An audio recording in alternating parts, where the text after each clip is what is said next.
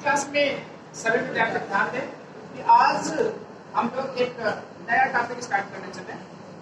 नया टॉपिक क्या है? हम कह सकते हैं, टॉपिक भी कह सकते हैं, आपके रीडर की बुक का एक लेसन, इंपॉर्टेंट लेसन है जो बोर्ड के एग्जाम में पूछा जाता है और आपकी बार भी पूछे जाने की पॉसिबिलिटी। चैप्टर बहुत इंटरेस्टिंग है, वो भी खास करके आप लोगों से रिलेटेड है। एक क्लास 9-10 की ऐसी अवस्था होती है जिसमें बच्चे अपने को बड़ा समझते हैं। आप लोग अपने को बड़ा समझ लेते हैं, लेकिन बड़े आपको क्या समझते हैं? छोटा। और आपकी बातों का कोई ख्याल नहीं रखता, वो चाहे घर वाला हो, चाहे स्कूल वाला हो, चाहे रिलेटिव्स हो, चाहे मदर फादर, कोई भी ख्याल नहीं रखता। क्योंकि मदर फादर तो हमेशा ही अपने बच्चे को बच्चा ही समझते हैं, भले ही वो बच्चे का क्या हो जाए, बाप। ठीक है, भले ही वो क्या हो जाए, बच्चे का बाप, लेकिन उससे कोई इफेक्ट नहीं पड़ने वाला। ठीक है,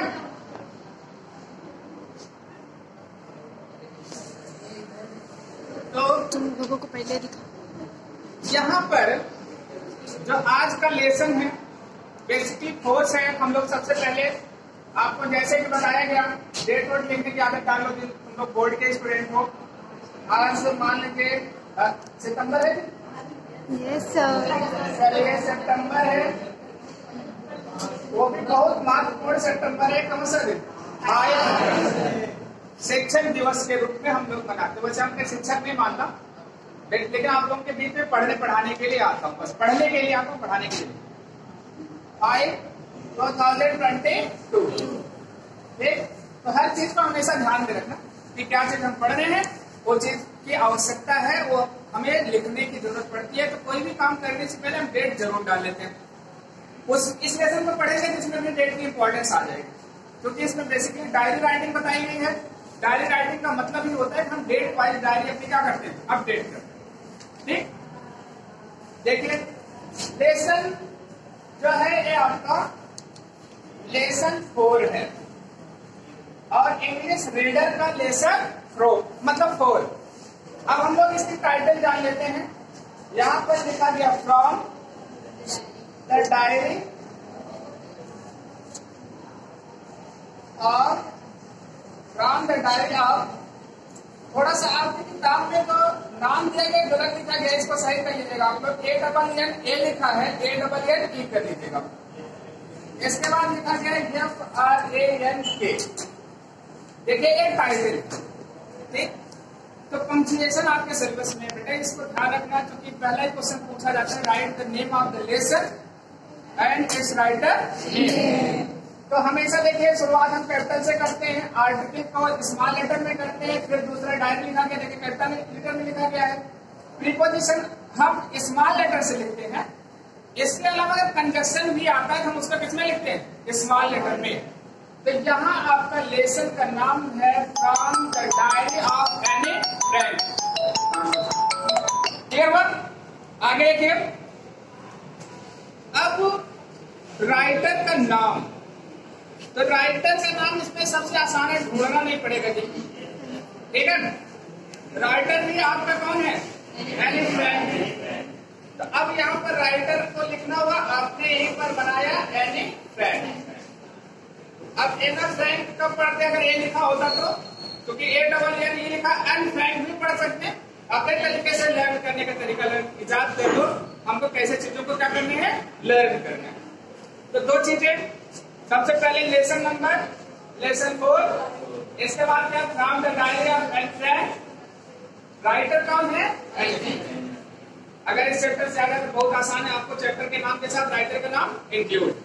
ठीक, अब थोड़ा सा हम लोग समरी समझ लेते हैं कि what is the summary of the lesson. कहानी क्या? कहानी एक छोटी सी बच्ची की, ठीक है, जो लगभग मान के चलिए 7 से 8 साल की बच्ची, और खास करके कभी कभी टीचर ना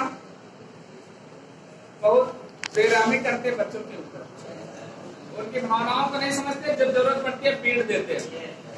होता है ना? अब बच्चे के अंदर क्या चल रहा है टीचर समझते नहीं। या अब यहाँ पर हम पॉजिटिव वे में लेते हैं। पॉजिटिव वे का मतलब होता है दो तरीका। टीचर कभी कभी बच्चे को इरिटेट करता है सुधारने के पॉइंट ऑफ व्यू से। किस पॉइंट ऑफ व्यू से? सुधारने के पॉइंट ऑफ व्यू से। जैसे भी मान लीजिए यही कमरा है, यहीं पर एक बिल्ली और आप है। अब इतना बड़ा इंसान देख के बिल्ली क्या करेगी? डरी रहेगी, एक कोने में छिपी रहेगी। ठीक, आप लेके डंडा उसको इधर उधर दौड़ाते रहेंगे, लेकिन एक समय जब उसको जान को आ जाएगा कि आप जान लेंगे मार ही डालेगा उनको, तब वो अटैकिंग मोड में आएगी। जब अटैकिंग मोड में आएगी तो सीधे सीधे आपका मुंह नोचेगी, और जब मुंह नोचेगी तो इसका मतलब उसने अपनी जो उसकी क्षमता थी उस क्षमता का क्या किया? प्रदर्शन। ये हुआ कि नहीं? कभी कभी यही पॉइंट आप पे होता है, टीचर्स बार बार आप लोगों को कोई चीज मतलब इरिटेट करते हैं तो कुछ चीज करने के लिए। यहाँ भी वही कहानी है। बच्ची का नाम आप लोगों को लिखा गया है, स्कूल जाती है। ठीक, स्कूल जाने के बाद से चैटर बॉक्स बात कर सकते हैं। What do you mean by chatter box? मतलब बात होनी थी। लड़की क्या थी? बात होनी। उसे सारा सब्जेक्ट आता था बट मैथ नहीं आता था। आप लोगों की वही समस्या, मैथ नहीं आता। ठीक है, बहुत परेशान करते हैं मैथ वाले से, बहुत परेशान करते हैं। ठीक, पास करने के लिए जैसे लगता है घर से नंबर देते हैं। ठीक, चलिए ठीक, वही चीज है मैथ में। गोल कुछ आता नहीं उसको, बार बार उसकी बात करते, लेकिन क्लास में बात करने से बात नहीं आती। तो संयोग से उनके टीचर एक दिन गुस्सा आया, उन्होंने उसको दे दिया एक कंपोज करने के लिए ऐसे, और उसका टाइटल रख दिया क्या? ठीक है, टाइटल रखा क्वैक क्वैक। ठीक है, क्वैक क्वैक। क्वैक क्वैक मतलब समझते हैं? जैसे आप लोग बात करते रहते हैं तो आप लोगों को संज्ञा दी जाती है, बस वैसे उसको संज्ञा दे दीजिए। पहले तो फ्रस्ट्रेट होती है कि इस पर हम क्या लिखेंगे, लेकिन लास्ट में उसके दिमाग में पॉजिटिव वे आता है, और उस पॉजिटिव वे में उसने बताया। खैर ये लास्ट इससे लिखा था उसने, इसके पहले चैटर बॉक्स से लिखा था। चैटर बॉक्स का मतलब बातूनी दुकान, तो उस पर ऐसे लिखती है। इससे थोड़ा सा रेडिकुलस था। रेडिकुलस मतलब उपहास भरा। उसने बताया कि what is the importance of talking, talking के क्या इम्पोर्टेंस, उस चीज को इसने बताया था अपने एसे के माध्यम से। फिर दूसरे दिन क्लास में आती, टीचर उसका एसे देखते हैं, पढ़ते हैं, तो उन्हें लगता है कि एसे तो लिखा है, ठीक है, लेकिन फिर दूसरे दिन भी बात करती। ठीक है, उस दिन गुस्सा आ जाते हैं, फिर उसी टॉपिक पर वो इससे दे देते हैं। और उसके थर्ड टाइम पर जब फिर नहीं तीसरी बार उसको ऐसे देते हैं, उसमें उसने लिखा क्वेक क्वेक। क्वेक क्वेक का मतलब जानते हैं?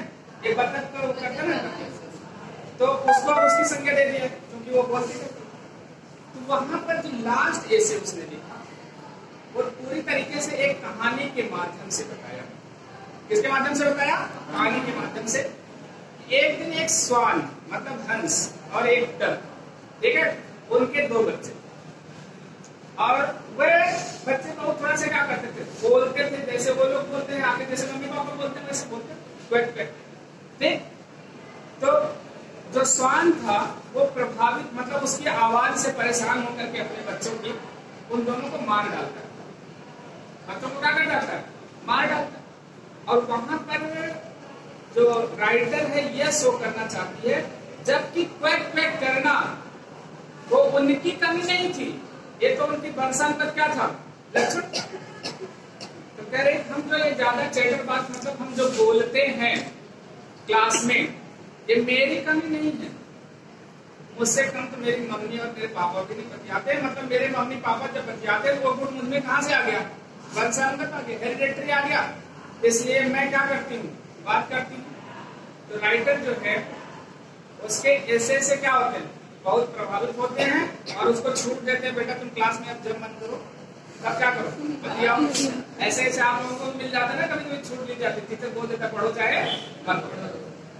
ठीक, यही चीज इस कहानी में दिया गया। एक कहानी चूंकि डायरी में लिखी गई थी। अभी आप लोग कोई चीज डायरी में लिखते हो तो तुरंत डायरी की चीज पब्लिश नहीं होती है, क्योंकि डायरी में बहुत हम अपनी पर्सनल बातें लिखते हैं। ठीक, और पर्सनल बातें जब हम इस दुनिया से क्या हो जाते हैं, पास अभी तब वो क्या होती है? निकलती है। तो इसकी डायरी भी उसी समय निकलती है। बाद में इनको क्या मिलता है? मतलब पुरस्कार भी मिलता है, प्राइज भी मिलती है। तो हम लोग इस लेसन को पढ़ेंगे और देखेंगे। थोड़ा सा हम लोग राइटर के बारे में पढ़ लेते हैं। राइटर के बारे में है क्या? Anne Frank was born on 12th June 1929, she was a German-born Jewish girl who wrote diaries in hiding, and World War II heading and World War heading लिखा है, हेडिंग लिखा, वर्ल्ड वॉर सेकेंड चल रहा था, समझ लीजिएगा। उसी समय ये डायरी भी लिखती थी और उस समय के न्यूज की हेडलाइन भी लिखा करती, ठीक है। World war second, Holocaust victim, Holocaust victim का मतलब हो गया, विक्टिम का मतलब जो प्रभावित लोग थे उस समय के।